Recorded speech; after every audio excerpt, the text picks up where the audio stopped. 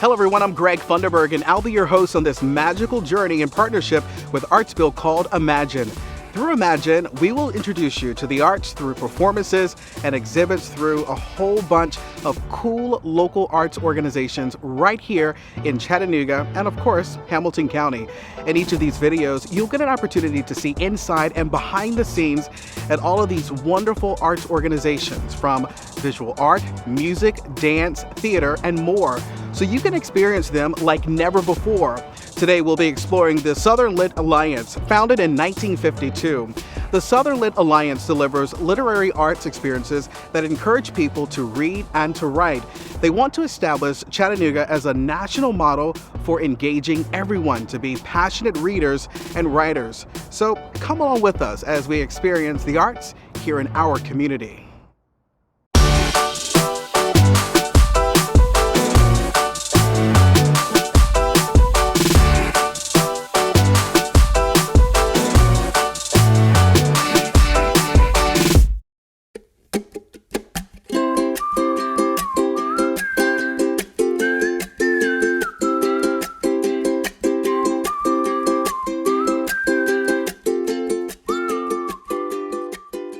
Hi Rita, I'm Lynda LeVan. I'm the director of Southern Lit Alliance, and we are an organization in town that really encourages people to read and write.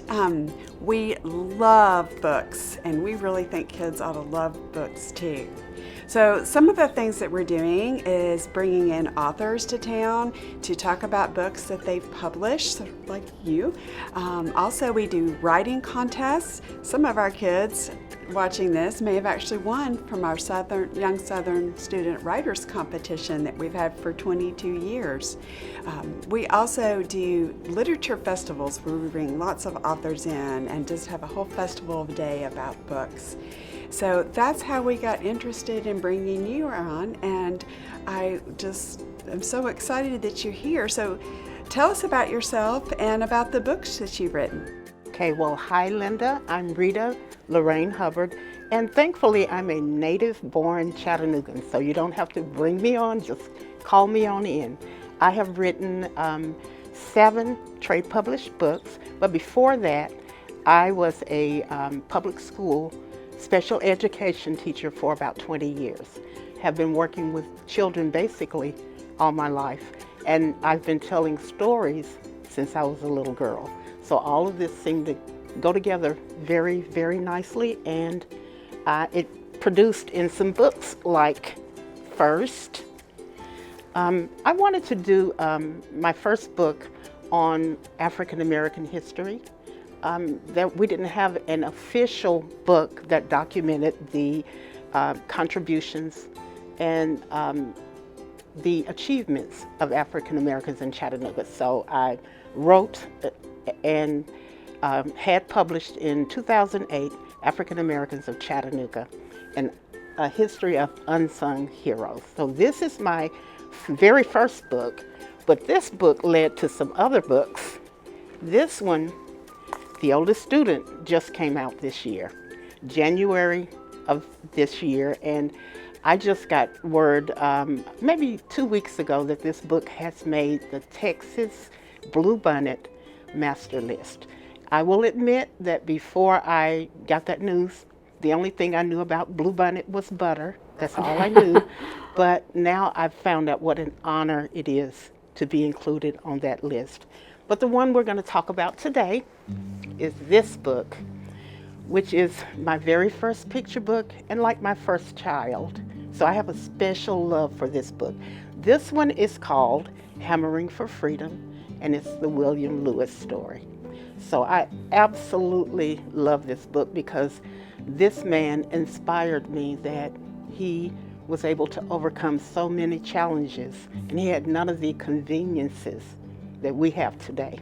So that kind of got me on my game, and I began to research his life, and it ended up in this book. So this is a true story Yes, about it a is. Man who was born in 1810 as a slave, and he was able to procure his freedom and his family. Yes. So tell us about the story.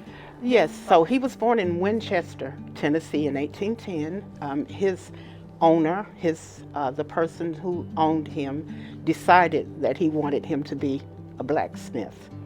This young man was so good at what he did that he earned lots of money for his owner, but he earned lots of tips from the people that he did work for. He saved up his tips, and when he was 27 years old, he had enough money to go to his owner and say, "Let me rent myself from you for 1 year. Let me rent my freedom." And the owner accepted that proposal.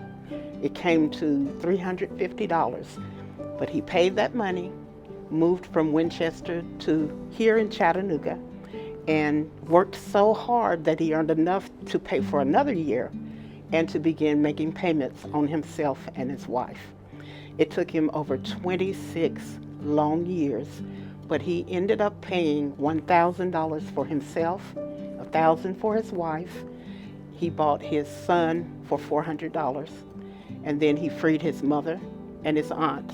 They were $150 apiece because they were considered elderly. They were considered elderly, and they were a little bit younger than I am now. But wow. This was in the 1800s. Then he freed his 2 brothers, and he freed his sister last. So it took 25, maybe 26 years.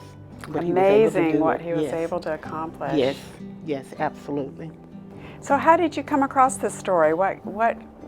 How do you come up with stories for your books?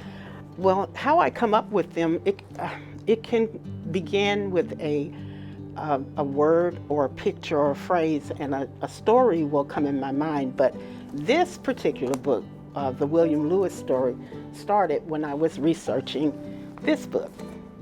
When I was researching this book, I kept running into William's name in the footnotes and in early newspaper articles, and he was always called a prominent African American, and everybody, every community, black and white, admired him.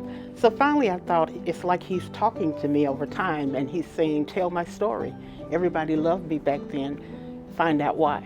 And that's what I did. I began to research, starting with the historical marker downtown. It's on Market Street. And once I found that historical marker, and it told me when he died, I began at the end first. When he died, I went and pulled his obituary and read about all of his children and all the things he had accomplished, and then I began my research backwards. And I went back to the beginning, and that's how I found his story. Wow, great. So what's your process? How do you start writing a book? Well, let me tell you, I'll tell you how you write a book in general. First, you decide what you want to write about, of course. Is it going to be an animal? Is it going to be a human? Are you just writing about the earth?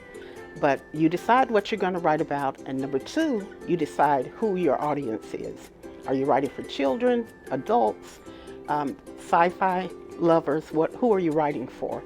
And then number 3, after you decide who you're going to write for, you decide who's going to tell the story. And what I mean by that is if you have more characters, more than one character, who's going to tell it? And if I may give you an example. Yes. Like The Wizard of Oz. The Wizard of Oz was told, the movie was told in Dorothy's, from her point of view. But years later, there was a wonderful movie called Oz that was told from the wizard's point of view. Then I went a few years ago to see a play called Wicked, which was told from the witch's point of view. Same story, but 3 different perspectives. So you decide who's going to tell your story. After that, number 4, start writing. So, Hammering for Freedom is a true story. Yes, it is. How much of it is true, and how much did you use your imagination to do? I'm glad you asked that too. I'm going to have to open this book, but all of the story is true. That's what fascinated me about this story. I'm one of those people who sort of has a tendency to procrastinate a little bit. And what I found out was, as I was researching his story, all of this is true. He really was a slave. He really did rent himself. He really did work day and night to earn enough money to free his family. There's only one section that I used my imagination. I used a little creative license.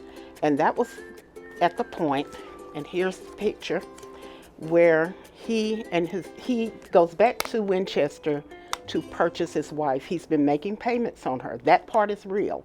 He's been making payments. He's finished paying. That part is real. But what I wrote was, I thought about in my own life, how would I have felt if I knew that my spouse was finally free? I would want to celebrate.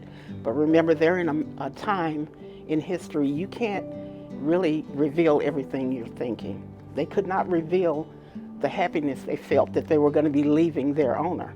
So the part that I invented was that they didn't celebrate in front of the owner, but when they got back to their cabin, and if I can get to that part, I wrote that there was such a celebration. Now, did they do it in private? I don't know. But I do know that I pulled many articles about the mindset of the time here in Chattanooga, and there were some things they would not have done freely and out in the open. So that part was my imagination. Everything else was true. So would you like to read a portion of the book for us? I would. I'm going to go back to that page, and I'm going to tell you, I'm going to need my glasses. So I'm going to put those on. And just to show you, I'm back on this page of the book, okay? So, Bill was ready for the next step in his plan, buying Jane's freedom. Once Jane was free, any future children she and Bill had would also be free. Bill traveled back to the Lewis plantation with a white escort who would handle the transaction with the colonel. Bill and Jane held their breath as the escort handed over the payment. "This makes $1,000, said Colonel Lewis. Jane is free." The expressions on Bill's and Jane's faces did not change in front of the colonel, but when they were safely back home in Chattanooga, they celebrated Jane's freedom. Bill got right back to work. Ding, ching. Bill's workday consisted of more than just fixing old tools. He also created special nails that could be used to secure horseshoes. He sold these for a few pennies each. When he built new wagons that farmers used to haul vegetables, hay, and family members, Bill charged as much as $5.50 per job. People everywhere depended on Bill's calloused, talented hands. After many bone-weary years, Bill returned to Winchester. $1,000, Colonel Lewis announced.